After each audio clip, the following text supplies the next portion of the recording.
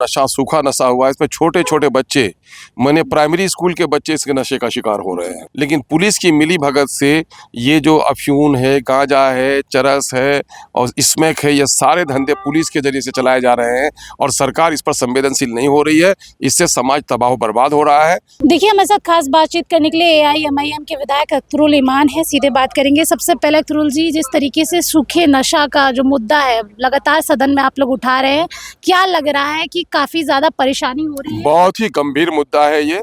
शराब के नशे से भी ज़्यादा शिकार हो रहे हैं। शराब पीते हैं, अधेड़ उम्र के लिए पीते हैं लोग, जवानी में पीते हैं।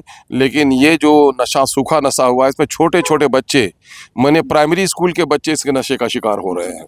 और नशे का शिकार इनको बना कौन रहा है, उन शिकारियों को पकड़ने की ज़रूरत है। लेकिन पुलिस की मिली भगत से ये जो अफयून है, गांजा है, चरस है और स्मैक है, ये सारे धंधे पुलिस के जरिए से चलाए जा रहे हैं और सरकार इस पर संवेदनशील नहीं हो रही है। इससे समाज तबाह बर्बाद हो रहा है। शराब से भी कई गुना ज़्यादा हमारे ज़िला किशनगंज में एक 16 वर्ष के युवा जो इसका पूरी स्मैक का शिकारी हुआ, वो अपने माता पिता दोनों को इसकी वजह से मार डाला।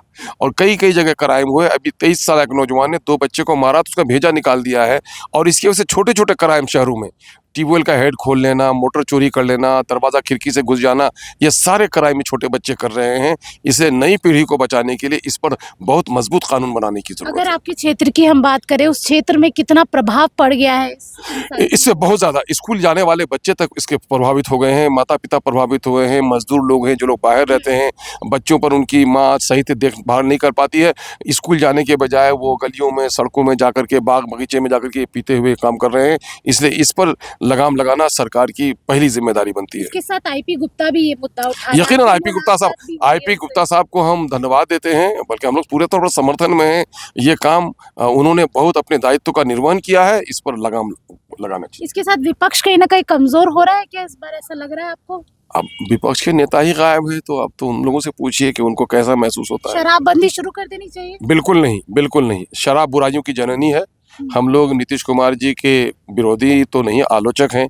लेकिन मसला ये है कि उनके इस काम को पसंद करते हैं। उन्होंने एक अच्छा कदम उठाया है। शराब पर पाबंदी लगी रहनी चाहिए। लेकिन सूखे नशे पे भी बैन होना यकीनन उससे ज़्यादा, शराब से ज़्यादा। शराब से ज्यादा। तो देखिए, जिस तरीके से पूरा इलाका जो है कहीं ना कहीं सूखे नशे की वजह से जो युवा है वो काफ़ी ज़्यादा परेशान नज़र आ रहे हैं। नशे की लत लग चुकी है, परिवार पर इसका असर दिख रहा है। इसके साथ ही किस तरीके से सूखा नशा जो है युवाओं को प्रभावित कर रहा है।